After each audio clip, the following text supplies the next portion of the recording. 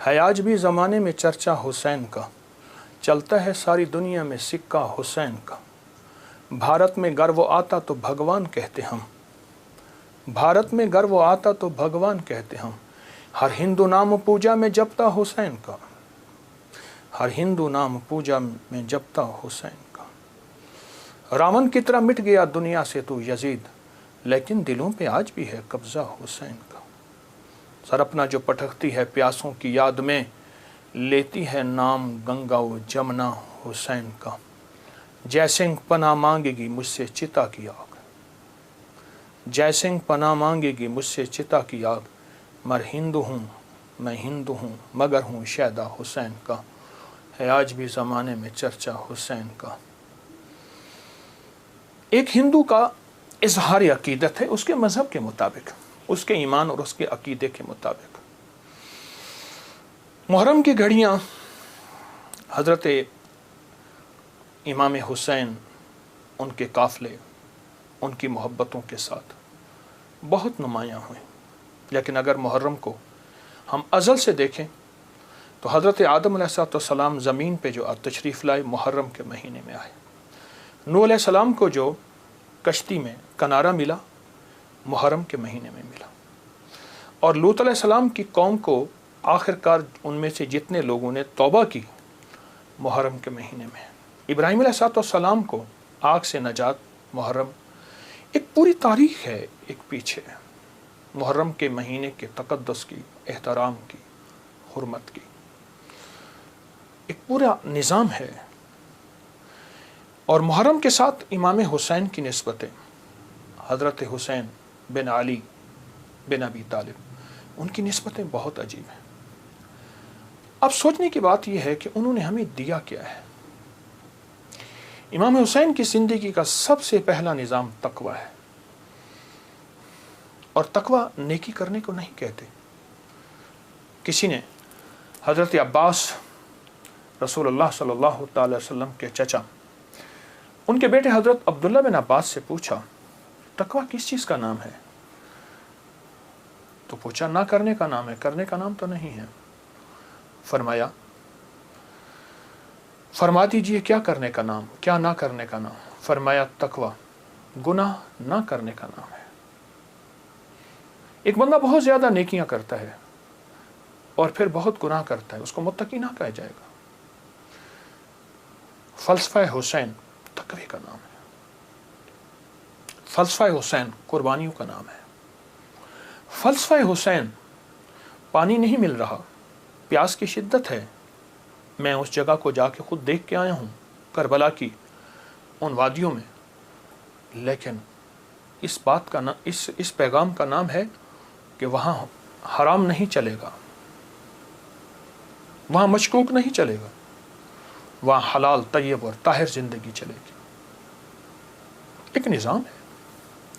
اور فلسفہ حسین سجدوں کا نام ہے کہ جنگ جاری ہے اور نماز کا وقت آیا، آدھوں نے نماز پڑھی، آدھوں نے جنگ کی، پھر انہوں نے نماز پڑھی، سجدے قضا نہیں ہوئے اور سجدے ادا ہوئے ہیں۔ اور فلسفہ حسین دعاؤں کا نام ہے۔ وہاں کربلا کی وادیوں اور گھڑیوں میں امام حسین نے بہت دعائیں مانگی، اور وہ دعاؤں کی پوری کتابیں اس وقت موجود ہیں۔ وہ دعائیں کیا تھیں؟ جس میں اللہ کی محبت، جس میں اللہ کے ساتھ عشق، جس میں اس کی ذات عالی کے ساتھ تعلق اور محبت، ان دعاؤں کا نام ہے۔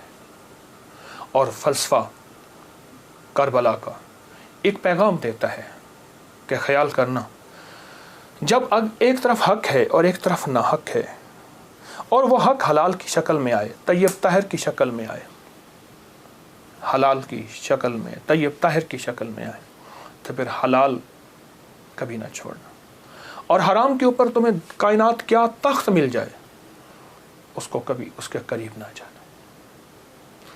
زندگی کا ایک سفر میں آپ طے کر رہے ہیں اور طے کریں گے موت تک۔ وہ ہستیاں زندگی کا سفر طے کر گئیں، لیکن انہیں ہم مردہ نہیں کہیں گے۔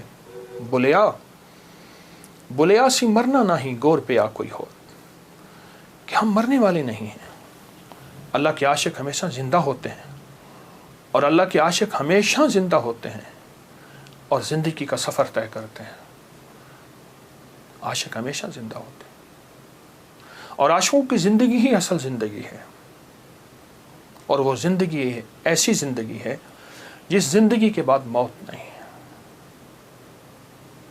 ایک عجیب واقعہ علامہ جلال الدین سیوطی رحمۃ اللہ نے لکھا ہے، ایک شخص اپنی والدہ کے قبر پہ جاتا تھا اور قرآن پڑھتا تھا، تو خواب میں والدہ آئیں، کہنے لگی بیٹا تو آ کے نا کچھ دیر بیٹھ جایا کر، پھر قرآن پڑھا کر، اس سے پہلے قرآن نہ پڑھا کر۔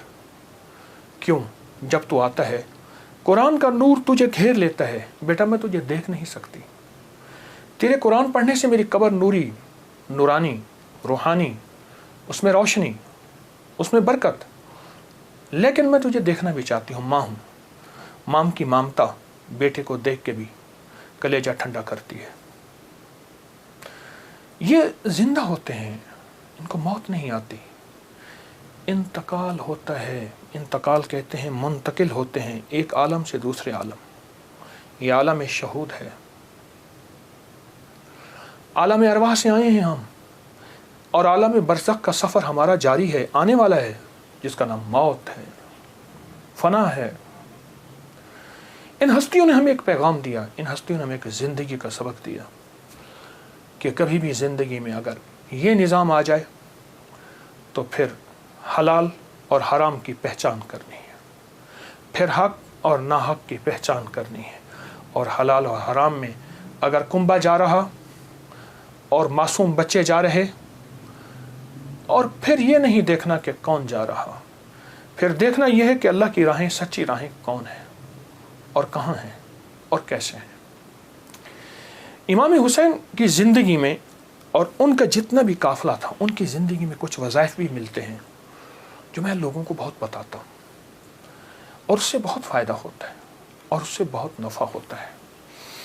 ایک عمل دیتا ہوں، بہت زندگی میں کام آئے گا، ان مبارک گھڑیوں کے حوالے سے ایک عمل دیتا ہوں اور اس سے بہت فائدہ ہوگا۔ وہ عمل یہ ہے کہ آپ 2 تسبیح سورۃ فاتحہ کی پڑھیں، اول آخر 3 دفعہ درود شریف، اور سورۃ فاتحہ کی 2 تسبیح پڑھ کے اور اس کا ہدیہ حضور کے گھرانے کو ہدیہ کریں، اور اگر چاہیں تو 2 تسبیح سورۃ اخلاص کی پڑھ لیں، 2 تسبیح سورۃ اخلاص کی، اور اس کا ثواب حضور کے گھرانے کو ہدیہ کریں۔